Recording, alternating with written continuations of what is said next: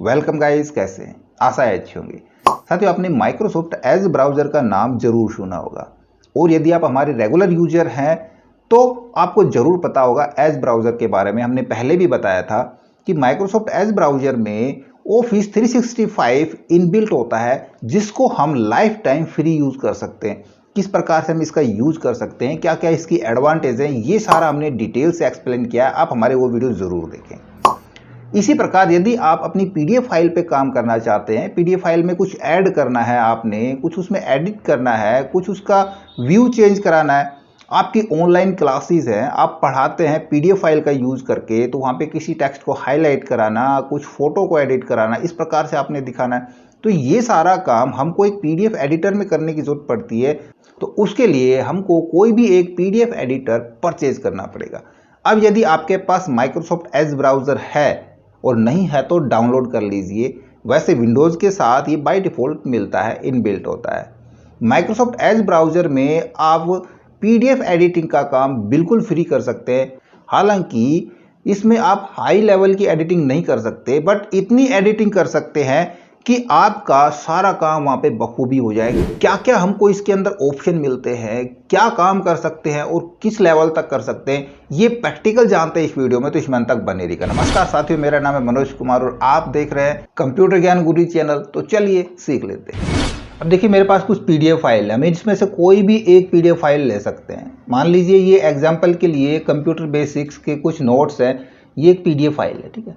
इसको हमने direct open नहीं करना है, हम सीधा इस फाइल के ऊपर राइट क्लिक यूज कराएंगे और करेंगे ओपन विद। हमने कहाँ पे ओपन कराना है भाई? एडोब एक्रोबैट के अंदर या क्रोम में या एज में, किसी भी पीडीएफ फाइल को हम क्रोम में भी ओपन कर सकते हैं, बट वहाँ पे हमको एडिट के कोई ऑप्शन नहीं मिलेंगे। हम सीधा इसको माइक्रोसॉफ्ट एज में ओपन करा लेते हैं। अब देखिए, माइक्रोसॉफ्ट एज में हमने पीडीएफ फाइल को जैसे ही ओपन किया है तो आपको एक टूल बार नजर आएगी। यहाँ पे ये कंप्लीट मैं आपको समझाता हूँ। सबसे पहला ऑप्शन यहाँ पे देख रखा है, देखो हाईलाइट्स के लिए हमने किसी भी टेक्स्ट को या पिक्चर को हाईलाइट कराना है तो हम उस टेक्स्ट को आसानी से हाईलाइट करा सकते हैं। पूरे सेंटेंस को या एक वर्ड को, एक करैक्टर को हम इस प्रकार से जैसे सिलेक्ट करा लेंगे और किसी भी कलर से हम इसको हाईलाइट करा सकते हैं। हाईलाइटर की थिकनेस भी यूज करा सकते हैं, कितनी थिकनेस पे हाईलाइट कराना है, ओनली टेक्स्ट हाईलाइट कराना है या फिर हमने पिक्चर भी, तो हमने ओनली टेक्स्ट पे क्लिक किया हुआ है। इसको अभी जो भी कलर यूज करना चाहें हाइलाइटर के लिए, वो कलर हम यहाँ से चुन लेंगे और इस प्रकार से हम जिस भी टेक्स्ट को या करैक्टर को हाईलाइट करना चाह रहे हैं और जितना हाईलाइट करना चाह रहे हैं उतना हम इसको हाईलाइट करा के दिखा सकते हैं। कोई क्लास ले रहे हैं, हम ऑनलाइन क्लास पढ़ा रहे हैं, तो हमको कुछ इंस्ट्रक्शन की ज़रूरत होती है, कुछ ड्रॉ कराने की ज़रूरत होती है, तो उस स्थिति में देखो ड्राइंग का टूल्स भी मिल जाता है हमको। कोई भी कलर यूज़ कर लेंगे ड्राइंग के लिए और हमने जिस भी टेक्स्ट को, जैसे इस प्रकार से हमने इसको सर्कल में देना है, अंडरलाइन कराना है, या इसके लिए हमने कुछ इस प्रकार से इंस्ट्रक्शन देनी है, हम रीड करना चाह रहे हैं, कुछ साथ में पढ़ाना चाह रहे हैं, तो इस प्रकार से हम ड्रॉ का भी बखूबी यूज़ कर सकते हैं। ड्रॉ के लिए पेंसिल का साइज़, पेंसिल का कलर हम सारा यहाँ से चुन सकते हैं। पेंसिल का साइज़ अभी कम है, थोड़ा सा ज़्यादा साइज़ रखना चाह रहे हैं तो हम पेंसिल का साइज़ देखो थोड़ा सा बढ़ा सकते हैं, ठीक है। इस प्रकार से हम अच्छे से ड्रॉ टूल का भी यूज़ कर सकते हैं। अब हमने कुछ काम कर लिया यहाँ पे, अब ये काम हमने क्लियर भी कराना है, तो उसके लिए देखो इरेजर भी दिया गया है। हम इरेजर से जो काम हमने किया है लास्ट टाइम में, या जो भी पहले हमने जितना समझाया उतना हम यहाँ पे आसानी से इरेजर से क्लियर भी कर देंगे। किसी भी टूल से बैक होने के लिए हम कीबोर्ड से एस्केप की यूज करा सकते हैं। कोई नया टेक्स्ट जोड़ना चाहें अपने डॉक्यूमेंट्स के अंदर, देन यहाँ पे हमारे पास देखो टेक्स्ट एडिटर के लिए भी ऐड टेक्स्ट पे क्लिक करा लेंगे और कोई भी नया टेक्स्ट हम यहाँ पे जोड़ना चाहें, मैं यहाँ पे ब्रैकेट में देना चाहूँगा व्हाट इज कंप्यूटर, और इस प्रकार से अब इसको किस कलर से रखाना है हम यहाँ पे सेलेक्ट करा लेंगे। कलर चूज करा सकते हैं, किस कलर से हमने इसको लिखना है, रेड से लिखना है, ब्लैक से लिखना है, साइज इंक्रीज कराना है, डिक्रीज कराना है, इसका जो डिस्टेंस है टेक्स्ट का डिस्टेंस कितना ज़्यादा या कितना कम रखना है। किसी भी टेक्स्ट को नहीं रखना है, वापस से डिलीट कराना है, डिलीट करा देंगे। अब जैसे मान लीजिए मैंने इसको लिख दिया और ये यहाँ पे फिक्स हो गया, अब मैं इसको डिलीट करना चाहूँ तो फिर से हम यहाँ पे क्लिक करा लेंगे और डिलीट करा देंगे। देखो वो टेक्स्ट डिलीट भी हो जाता है यहाँ से। कोई भी नोट्स हम यहाँ पे पढ़ना चाह रहे हैं कि भाई हमें इसको पढ़ना है, हमने किसी चीज़ की तैयारी करनी है, बट हम थोड़ा सा थक गए हैं, रिलैक्स मोड में हम इसको पढ़ना चाहें तो हम इसको सुन सकते हैं। सुनने के लिए देखो नेक्स्ट हमारे पास टूल आ रहा है यहाँ पे रीड अलाउड का, है ना। उसके लिए हम किसी भी टेक्स्ट को पढ़ना चाह रहे हैं, किसी पैराग्राफ को, तो हम इस प्रकार से उसको सेलेक्ट कराएंगे जहां तक हमने पढ़ना है और हम सीधा रीड अलाउ पे क्लिक करा देंगे तो ये यहाँ पे इसको रीड करने लग जाएगा। अब साथ में आप इसकी लैंग्वेज चेंज करना चाह रहे हैं, भाई हम ये इस भाषा में नहीं सुनना चाह रहे हैं, तो हम यहाँ पे जाएंगे वॉइस ऑप्शन के अंदर। तो यहाँ से पहले तो इसकी स्पीड, हम आराम से पढ़ना चाह रहे हैं, स्पीड से पढ़ना, स्पीड तय करा सकते हैं। ठीक है, तो अब आप देख रहे हो इसकी स्पीड रीड करने की कम स्पीड में रख के हम कोई दूसरी आवाज लेना चाह रहे हैं तो यहाँ से कोई भी और दूसरी वॉइस हम यहाँ पे चुन सकते हैं। देखिए इस प्रकार से वॉइस भी चेंज कर सकते हैं और रीडिंग की स्पीड भी चेंज करा सकते हैं। क्लियर। इसके बाद मैं इसको करा देता हूँ स्टॉप कि भाई हमको इंग्लिश में नहीं पढ़ना, हिंदी में पढ़ना है। तब देखो जिस भी पैराग्राफ को आप ट्रांसलेट करना चाह रहे हैं उसको सेलेक्ट करा लें और यहाँ पे पहला तो हम देखो यहाँ पे क्लिक करा देंगे तो हम इसको ट्रांसलेट करा सकते हैं। ये तो हमारा एक्चुअल पैराग्राफ जो हमने सेलेक्ट किया है और इसके नीचे जो हमको मिलेगा ये ट्रांसलेटेड मिलेगा। मैंने यहाँ पे हिंदी लैंग्वेज सेलेक्ट करी है, आप जिस भी लैंग्वेज में इसको ट्रांसलेट करना चाह रहे हैं वहाँ से आप ये लैंग्वेज चुन सकते हैं। यहाँ पे बहुत सारी लैंग्वेज आपको मिलेंगी ट्रांसलेट के लिए। अब आप यदि इसको हिंदी में सुनना चाह रहे हैं तो यहाँ पे आ जाके हिंदी वाले पे क्लिक करा सकते हैं, ये हमको हिंदी में रीड करके सुना देगा। देखिए मुख्य रूप से संख्या आपको सुनाई दे रहा होगा, अब ये हिंदी में पढ़ रहा है। यदि हमको इंग्लिश में सुनना है तो अब इंग्लिश में यहाँ से सुन सकते हैं क्लिक करा के लिसन पे।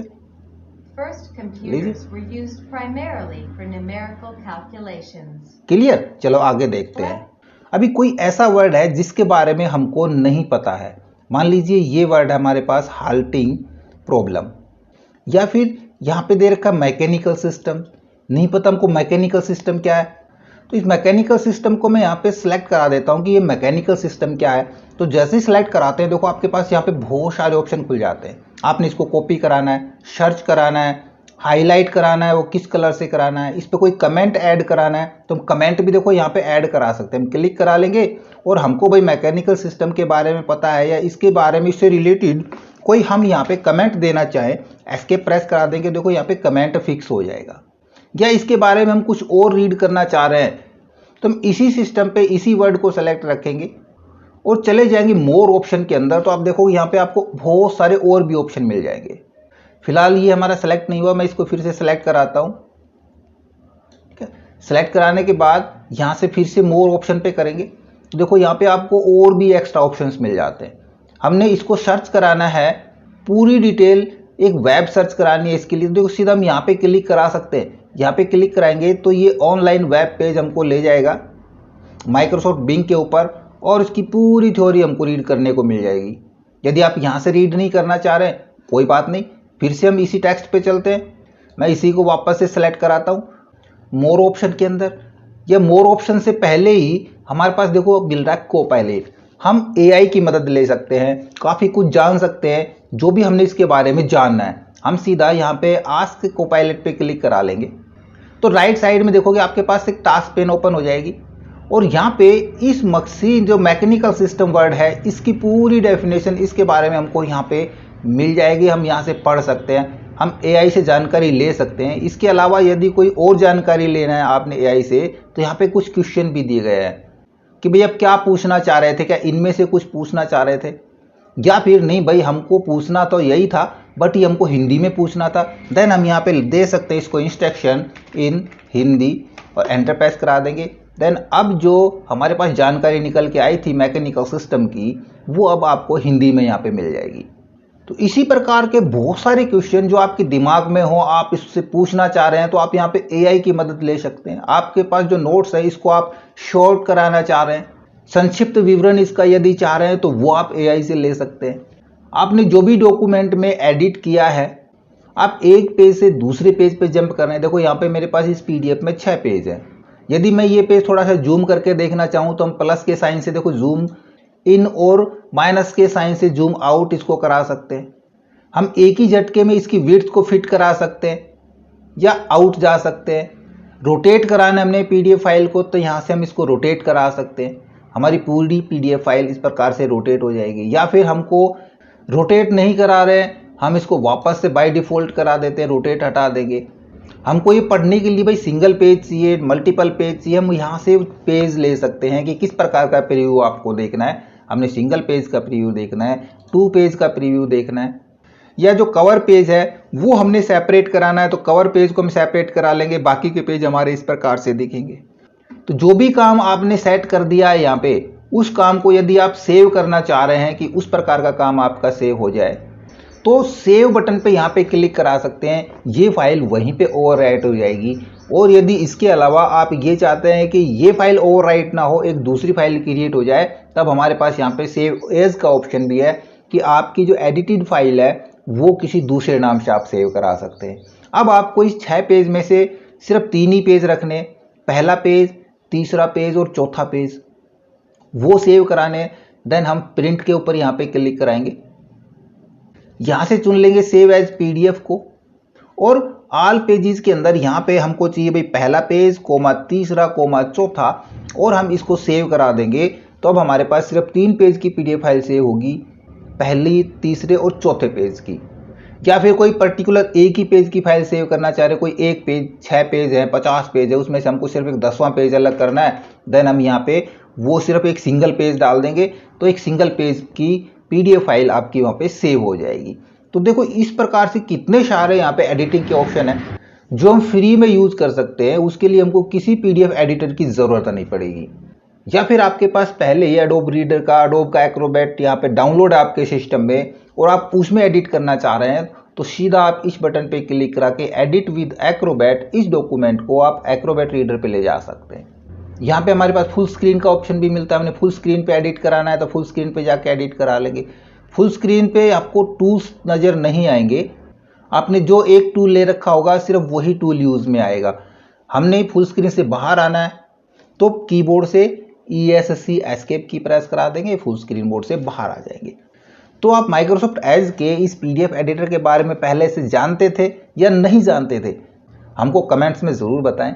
और माइक्रोसॉफ्ट एज आपको कैसा लगता है ये भी हमको ज़रूर बताएं। ओके, आशा करूंगा वीडियो आपको जरूर अच्छा लगा होगा। इसी प्रकार अच्छे अच्छे वीडियो देखते रहने के लिए लगातार हमारे साथ बने रहे। हमारे वीडियोज़ को ज़्यादा से ज़्यादा हम दोस्तों में शेयर करें, में लाइक करें, और यदि नया अपन चैनल पे तो हम सब्सक्राइब जरूर कर लें।